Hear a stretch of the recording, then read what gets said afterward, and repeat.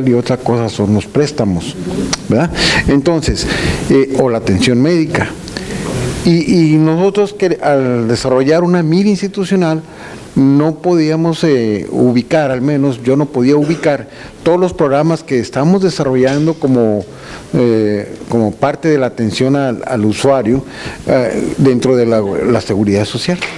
Entonces, ok, puse como programa base, programa presupuestario, seguridad social, pero los demás los puse como componentes.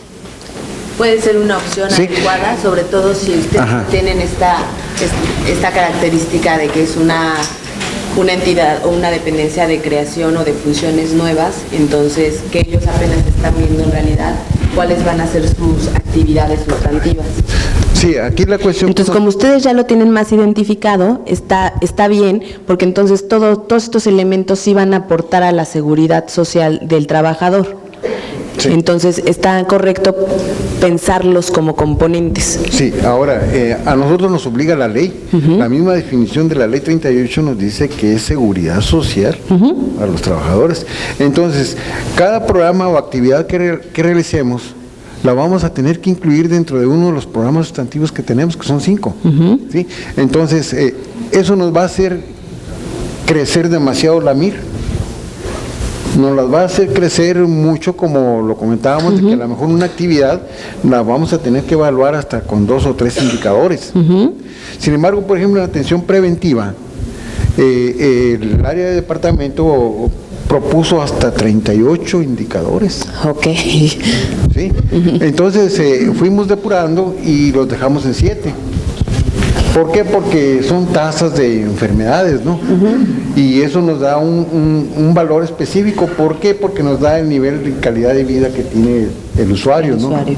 Entonces, yo no puedo decir la mortalidad infantil creció si no pongo la información del indicador. Entonces, no lo puedo quitar. Entonces, yo creo que los indicadores en lo que se refiere a salud no deben de ser tan limitados por la cuestión económica, ¿no? Sino más bien debe ser por la definición que da. Siempre va a ser dependiendo de la variable, o sea, el indicador puede ser tan robusto o tan sencillo, depende de lo que tú estás midiendo. Sí. Como tú dices, si la información que tú quieres ver, que es de mortalidad, y la mortalidad involucra muchas cosas, tu indicador tiene que ser mucho más robusto que solo el reporte de una sola variable de cuántos niños se murieron, ¿no? Entonces, eso sí va a depender mucho de nosotros. O sea, por ejemplo, creo que es un muy buen ejercicio el que ustedes hicieron, que de tener 38 indicadores se hayan quedado con 7. Y si esos indicadores son lo suficientemente robustos para medir lo que estás midiendo, así fueran 10 y todos son necesarios, pues se quedan. Tampoco es idea de eliminar información porque no quiero tener una MIR muy grandota, o sea, no. Si se dan estos casos de instituciones que abarcan muchos servicios, que su cobertura es muy amplia, sí, necesariamente vas a tener MIRs más grandes. Entonces, pero el ejercicio que ustedes comentan es muy interesante, es lo que todos deberían de hacer. No porque te manden 38 indicadores, tú vas a decir, van los 38 indicadores todos juntos.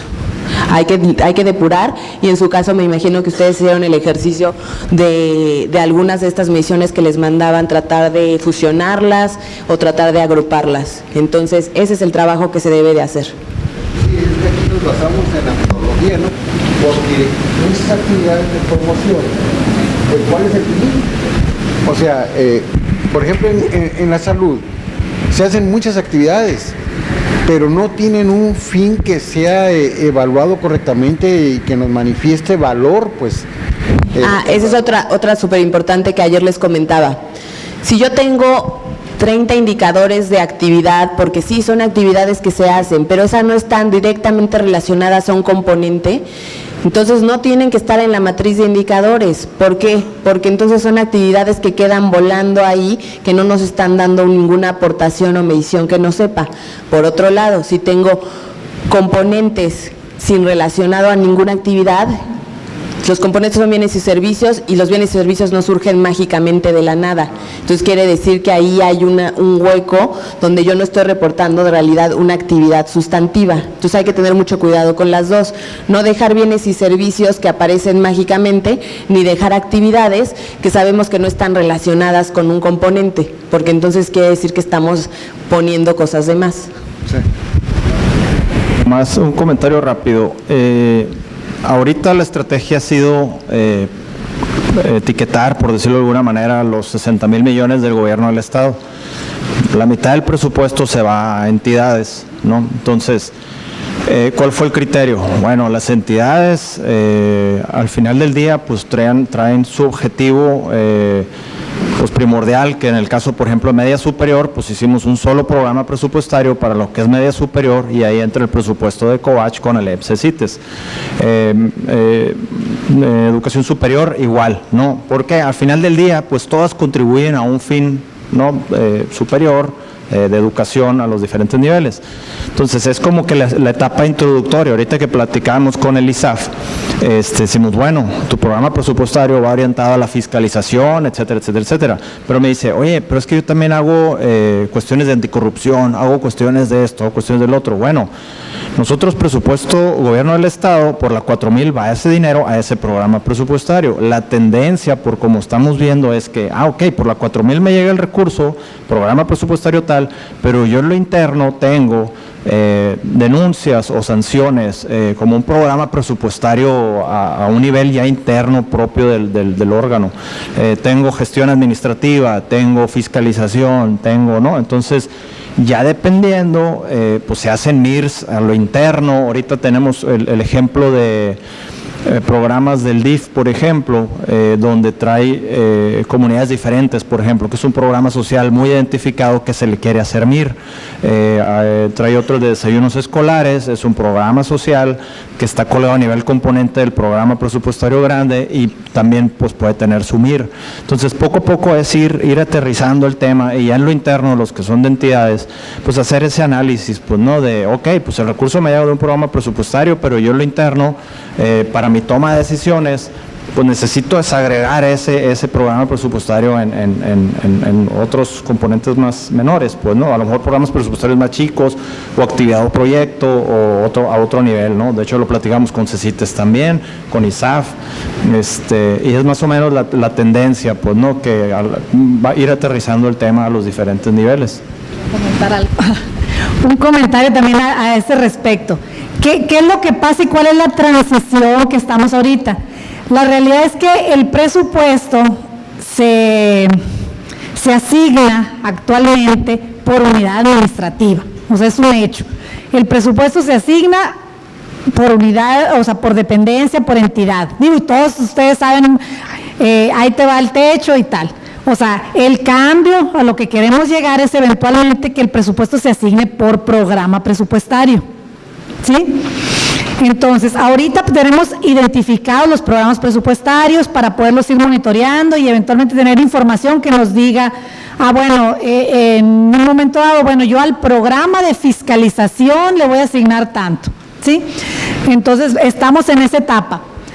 Por cuestiones pues digamos, prácticas y de operatividad, a los organismos se les designó un solo programa presupuestario. ¿Por qué? Porque si, por ejemplo, a DIF o el mismo ISAF, ¿no? Si se le transfiriera 3 programas presupuestarios, entonces de alguna manera ya le estoy etiquetando el recurso. Mira, esto va para fiscalización, esto va para prevención de la corrupción y esto va para tal, y ya te estoy obligando a que esa bolsa nada más la destines a... ¿Sí? Por ejemplo, el DIF, ¿no? Igual, si tuviera 3 programas presupuestarios, uno de, no sé, de menores, de adultos y de personas con discapacidad. Bueno, yo ya le estoy limitando al DIF, que al interior, pues, ese recurso ya va etiquetado, pues, ¿sí? Entonces, de alguna manera ahorita estamos en ese, eventualmente sí vamos, o probablemente lleguemos a así dividirlo. De hecho, en la federación así es, o sea, te llega el recurso y ya te llega de un programa presupuestario y lo tienes que aplicar a ese programa. Entonces, pero pues que obviamente los que manejan el recurso, lo ideal es, no, mira, dame una bolsa y yo aquí Digo, esa es la ventaja precisamente de órganos autónomos. O sea, esa sería, por ejemplo, a nivel federal la diferencia que hay entre un órgano autónomo y una dependencia, que a las dependencias o a las secretarías les llega precisamente etiquetado su recurso. Este va para tu programa que es administrativo y este va para tu programa que es sustantivo. Ok, para un órgano autónomo siempre le va a llegar en una bolsa completa. ¿Por qué? Porque precisamente es autónomo y él tiene la capacidad de decir hacia dónde va a dirigir ese recurso. Esa es la diferencia. Y los descentralizados a nivel federal, es también por programa, ¿verdad? Así es. Entonces, por eso un programa, como te decía, una institución puede tener un programa que sea meramente administrativo, que se dedique a todo el funcionamiento administrativo, y otros 2 o 3 programas que se dediquen a cosas diferentes, tal vez uno a otorgamiento de subsidios o a otro a, no sé, atención a la ciudadanía, o sea, diferentes cosas. Entonces, esa es la diferencia que hay con los órganos autónomos. En realidad, si en este caso nos estamos refiriendo a un órgano autónomo, pues digo, lo ideal es esto, que te llegue tu dinero y tú puedas hacer lo que quieras con él. Pero igual se puede definir al interior, si dicen, es que yo lo defino como 3 programas y construir 3 matrices y manejarlo así y reportarlas así, y ya nosotros buscar la vinculación de programa presupuestario con esos otros programas o subprogramas o de alguna manera, para no tener matrices que mezclen peras con manzanas, sí, porque luego nos salen unas muy forzadas. Bueno, pues como comentaba Estezón, a lo mejor Estezón su ideal son 5 programas y va a tener 5 MIRS, aunque el recurso le llegue a través de una clave de programa presupuestario. Entonces, es la etapa es la siguiente etapa, ¿no?, la que queremos trabajar. Ahorita nos enfocamos pues a nivel programa presupuestario, pero sí quisiéramos que ustedes al interior identificaran y, ¿por qué no?, pues trabajar otras matrices. De hecho, se quiso hacer con salud este año. Se asignaron como 3 programas presupuestarios y dijeron, no, operativamente no puedo. Tuvieron que agarrar todo y meterlo en una sola bolsa. Entonces yo creo que va a tener que ser un ejercicio que venga de allá para acá. O sea, así lo quiero, porque sí es más práctico y que sea manejable para ustedes, ¿no? Luego otra duda que también me gustaría comentar, porque no sé cuántos estén en ese caso, fichas de indicadores. No sé, ya trabajamos cómo es una MIR, cómo es la planeación cuando tenemos todos los elementos para hacer una matriz de indicadores.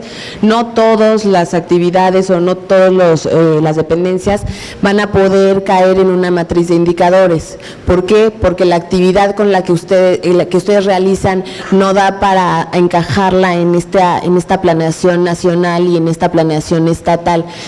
Entonces, ¿qué hacemos cuando la información no nos da para tener un componente, actividad, propósito y fin? Y solamente nos vinculamos como nuestra contribución, tenemos fichas de indicadores. Quienes tienen fichas de indicadores son precisamente aquellas dependencias o aquellos quienes realizan actividades más de corte administrativo o de ejecución ya del servicio público. Por allá me comentaban, en mi equipo me tocó Contraloría, ellos tienen fichas de indicadores y no matriz de indicadores. Está perfecto. También revisar sus fichas de indicadores y ver si los indicadores que traen en esas fichas de verdad están cumpliendo con lo que les enseñamos aquí.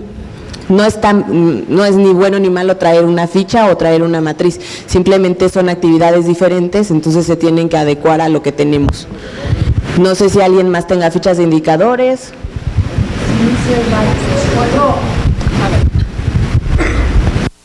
Otro comentario ya también aterrizando, digamos, a la práctica, ya lo que usamos. Ahorita nosotros tenemos por sistema, las MIR todavía no las sistematizamos, estamos en ese proceso, las trabajamos en Excel, ¿no?, hasta ahorita. ¿Por qué? Porque queremos tener bien definido, que no nos falte nada antes de que los programadores lo metan al sistema.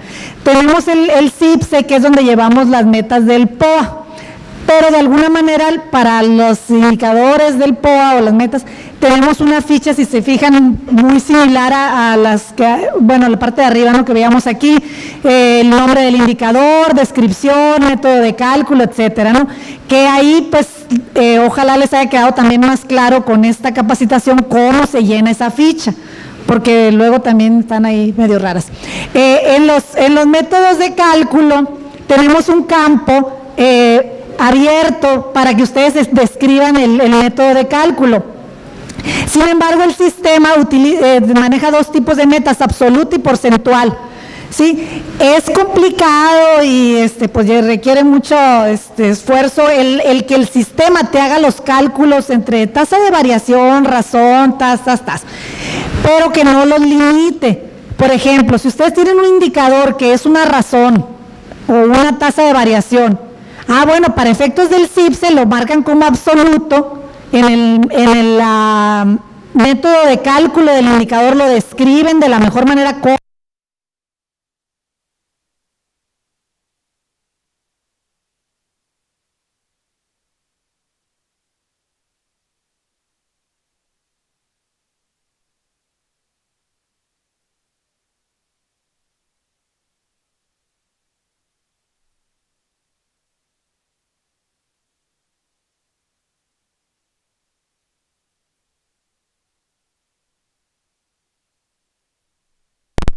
Entonces, si tu meta es así muy básica de número de capacitaciones impartidas 5, bueno, manéjalo como absoluto 5. ¿Sí? Ya el sistema cuando saca los reportes solito hace el cálculo. Si tú tenías la programada era 5 y hiciste 4, solo te saca el porcentaje. No tienes tú que poner, mi meta es 100%, 5 de 5. ¿Sí? ¿Qué otra cosa? Bueno, no tiene el sistema, pero igual se lo vamos a agregar para el año que entra, en la cuestión de semaforización, o sea, los rangos de semaforización, vamos a analizarlo y a ver si se puede agregar. ¿Por qué? Porque no es